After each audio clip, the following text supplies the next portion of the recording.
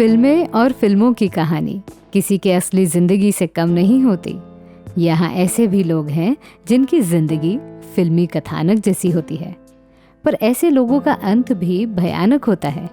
पर जैसे कि एक फिल्म का अंत हैप्पी एंडिंग के साथ होता है, वैसे ही कुछ नसीबवान लोगों के जीवन का अंत भी सुखमय साबित होता है।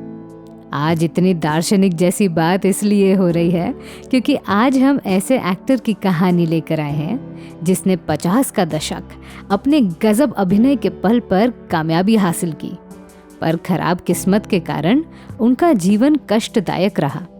पर 80 के दशक के बाद उनके बेटे ने प्रसिद्धि के सारे रिकॉर्ड्स तोड़ दिए और खुद को सुपरस्टार बना दिया। सिर्फ और सिर्फ बेटे के कारण पिताजी का नाम याद किया जाता है, और वो हैं गोविंदा के पिताजी अरुण आहूजा। गुलशन सिंह आहूजा उर्फ अरुण। फिल्म जगत में उन्हें अरुण इस नाम से जाना जाता था।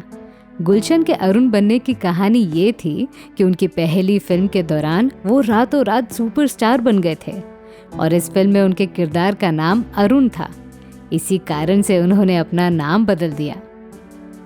अरुण जी का जन्म अविभाजित भारत के गुजरावाला प्रांत में एक सिंधी परिवार में हुआ था। वो तारीख थी 17 जनवरी 1917। उनके परिवार के बारे में ज़्यादा जानकारी उपलब्ध नहीं है, पर कहा जाता है कि लाहौर में रहते हुए उन्होंने मुगलपुरा इंजीनियरिंग कॉलेज से डिग्री ली थी। 1937 के साल तक वो लाहौर में ही रह रहे थे। वहाँ स्टेज शो करने के अलावा उन्होंने फुटबॉल में दिलचस्पी ली थी। अरुण को एक्टिंग में अच्छी रुचि थी, पर फिल्म जगत से उनका कोई नाता नहीं था। लाहौर में रह रहे फिल्मकारों से उनकी मुलाकात भी होती थी, पर एक मशहूर फिल्मकार महबूब खान का अपने फिल्म कास्टिंग के सिलसिले से लाहौर आना हुआ। यहाँ आकर उन्होंने स्थानिक कलाकारों के लिए ऑडिशन आयोजित किया। असल में महबूब खान चाहते थे कि उनकी फिल्म में कोई नया चेहरा हो। कुछ दिन गुजर जाने के बाद भी उन्हें मनचाहा एक्टर मिला नहीं, पर एक दिन अरुण को पता चला कि उनके शहर में महबूब खान आए हैं, तो तुरंत ही उन्होंने मुलाकात की और ऑडिशन दिया। अरुण रंग रूप से खूबसूरत थे और उनकी वाणी भी मधुर थी। इसी से महबूब खान प्रभावित हुए और अरुण को बतौर हीरो साइन किया गया। सागर मूवी टोन अंतर्गत 1949 में रिलीज हुई उस जबरदस्त फिल्म का नाम था एक ही रास्ता। पर एक बात आपको बता दूं कि उस जमाने में एक्टर का सिंगर होना जरूरी होता था। भाग्य से अरुण को संगीत का भी ज्ञान था। इसी फिल्म में उन्होंने गायिका माया बैनर्जी के साथ गाना भी गाया था। एक ही रास्ता के रिलीज के बाद न सिर्फ अरुण रातों रात प्रसिद्धि के झोंके में आए, बल्कि अभिनेता शेख मुख्तार ने भी अपने अभिनय क्षेत्र की शुरुआत की। आगे चलकर अरुण ने अपना असली नाम गुलशन से बदलकर अरुण कर लिया। देखते ही देखते अरुण की आने वाली काफ़ी फिल्में सुपरहिट रही और वो महंगे कलाकार बन गए।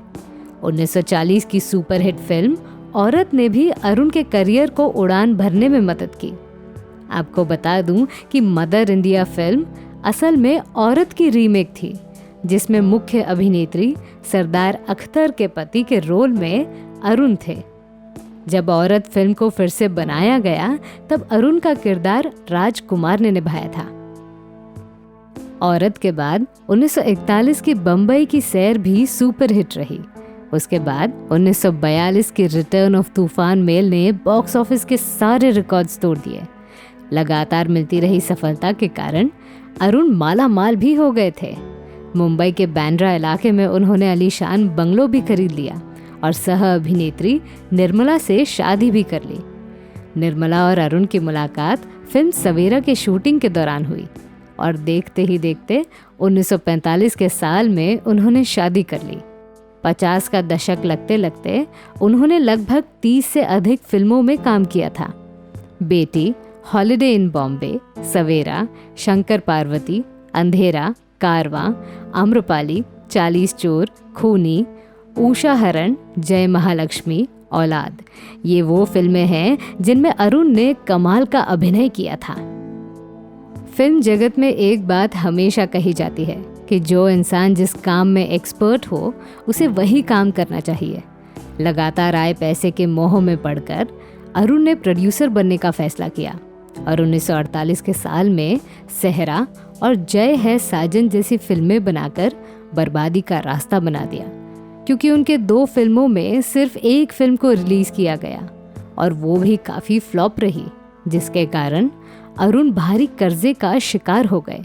50 का दशक लगने के बाद उन्होंने छोटे बड़े किरदार निभाना शुरू किए, पर उस काम से उन्हें उतने पैसे नहीं मिलते थे जिससे उनका कर्जा मिट जाए।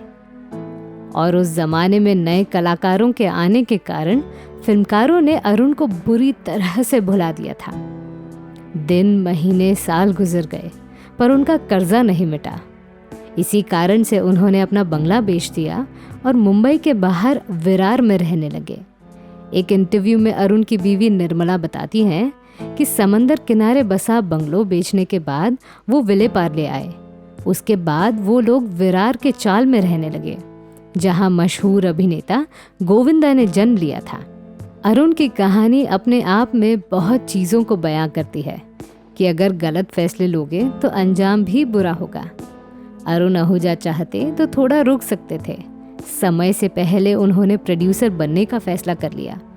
लाहौर के इंजीनियरिंग कॉलेज से शुरू हुआ उनका सफ़र आलीशान बंगलों से होते हुए छोटी बस्ती तक सीमित हो गया। पर इस कठिन परिस्थिति में अरुण की बीवी निर्मला देवी ने संगीत समारोह में गायन करते हुए घर को संभाल के रखा। और जब गोविंदा ने फिल्मों में काम करना शुरू किया तब उनके परिवार का नसीब एक और बार चमकने लगा। अरुण आहूजा के गलत फैसलों के कारण 90 के दशक में बहुत सारी अफवाहें भी आने लगी कि अरुण आहूजा इस हद तक गरीब थे कि गोविंदा की पढ़ाई लिखाई नहीं हो पाई। पर इस पर निर्मला कहती हैं कि गोविंदा ने बीकॉम तक पढ़ाई की थी। अफवाह ये भी फैल गई कि अरुण आहूजा मानसिक स्तर से इतने गंभीर हो गए कि वो रास्तों पर भटकने लगे। जब इंसान प्रसिद्धि के झोंके में सवार होता है तो अक्सर उनको लेकर अफवाहें और गलतफहमियां बनी रहती हैं, पर अरुण आहूजा को लेकर पब्लिक ने लिमिट पार की थी। खैर, उनके पर्सनल जीवन की बात की जाए तो बता दूं कि उन्हें 3 बेटियां और 2 बेटे हैं।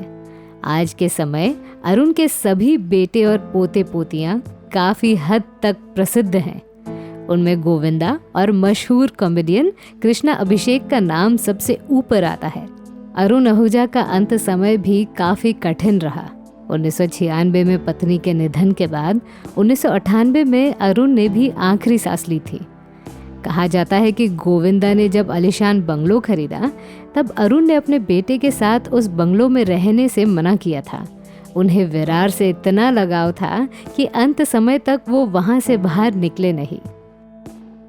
तो मैं थी आपकी अनामिका। मेरी सुनाई हुई कहानी आपको कैसी लगी ये हमें कमेंट सेक्शन में ज़रूर बताइएगा और हमारे channel biography and real life stories को सब्सक्राइब करना न भूलें।